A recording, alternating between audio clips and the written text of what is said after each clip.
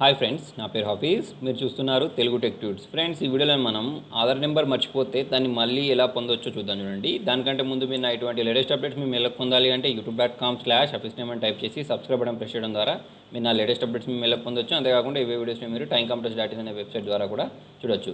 So friends, చూడండి, జనరల్గా మనం ఆధార్ కార్డ్ని డౌన్లోడ్ చేసుకోవాలి అంటే ఈ సైట్లోకి వస్తాం. ఓకే, వచ్చిన తర్వాత మన దగ్గర ఒకవేళ ఎన్రోల్మెంట్ ఐడి ఉంటే ఆ enrolment ID, full name, pin code ఇవన్నీ ఇచ్చేసి మన దగ్గర రిజిస్టర్డ్ మొబైల్ నెంబర్ ఉందనుకోండి.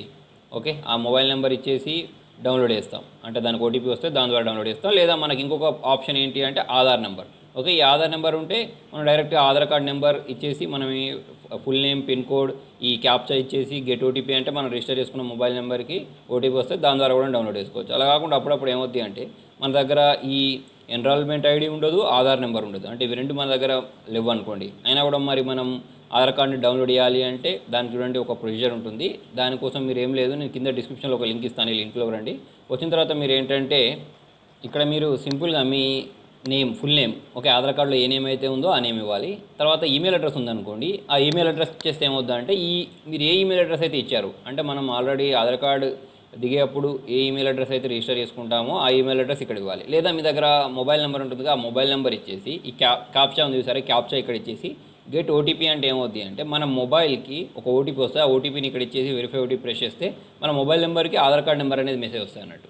ఓకే, అంటే మన దగ్గర ఆధార్ కార్డ్ లేదు, మిస్ అయింది అని అన్నప్పుడు మనం ఏం చేయవచ్చు అంటే ఇలా యూజ్ చేయవచ్చు. ఓకే, సో తర్వాత మన మొబైల్కి ఆధార్ నెంబర్ వచ్చిన తర్వాత మళ్ళీ ఈ లింక్లోకి వచ్చేసి ఇక్కడ ఆధార్ నెంబర్, మళ్ళీ full name, pin code, image అంటే ఈ క్యాప్చా ఇచ్చేసి గెట్ ఓటీపీ అంటే మనం ఇక్కడ నుంచి డైరెక్ట్ ఆధార్ కార్డ్ నెంబర్ని డౌన్లోడ్ చేసుకోవచ్చు.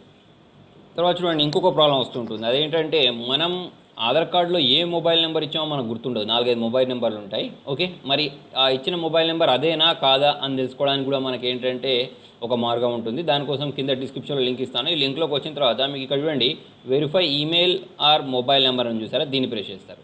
ఓకే, దీన్ని ప్రెస్ చేసినప్పుడు ఏంటంటే మనం ఆధార్ నెంబర్ ఇస్తాం.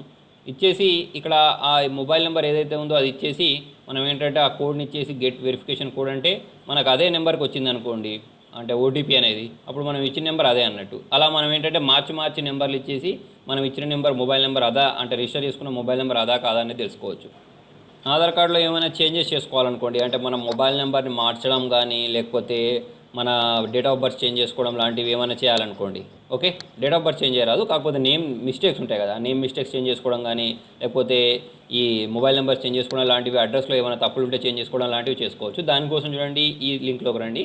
వచ్చిన తర్వాత ఇక్కడ క్లిక్ హియర్ అని ఉందా, దీన్ని ప్రెస్ చేస్తారు. దీన్ని ప్రెస్ చేసుకున్న తర్వాత మీకు ఏంటంటే ఇక్కడ ఈ లింక్ అనేది ఓపెన్ అవుతుంది. దీనిలో మన ఆధార్ నెంబర్, ఈ క్యాప్చా ఇచ్చేసి సెండ్ ఓటీపీ అన్న వెంటనే మన మొబైల్ నెంబర్కి ఓటీపీ వస్తుంది. వచ్చిన తర్వాత మనం ఏంటంటే దీనిలో చేంజెస్ చేయొచ్చు. ఆల్రెడీ దీనికి సంబంధించిన వీడియో కూడా నేను ఇంతకుముందు అప్లోడ్ చేశాను. మీకు ఇంకేమైనా డౌట్స్ ఉంటే ఆ వీడియో చూడొచ్చు. ఓకే, సో ఫ్రెండ్స్, మీకు నా వీడియో నచ్చినట్టయితే లైక్ బటన్ ప్రెస్ చేయండి. ఫేస్బుక్ ద్వారా, ట్విట్టర్ ద్వారా, గూగుల్ ప్లస్ ద్వారా, వాట్సాప్ ద్వారా నా వీడియోని షేర్ చేయండి. మీకు ఇంకేమైనా డౌట్స్ ఉంటే కింద కామెంట్లో రాయండి. Thank you.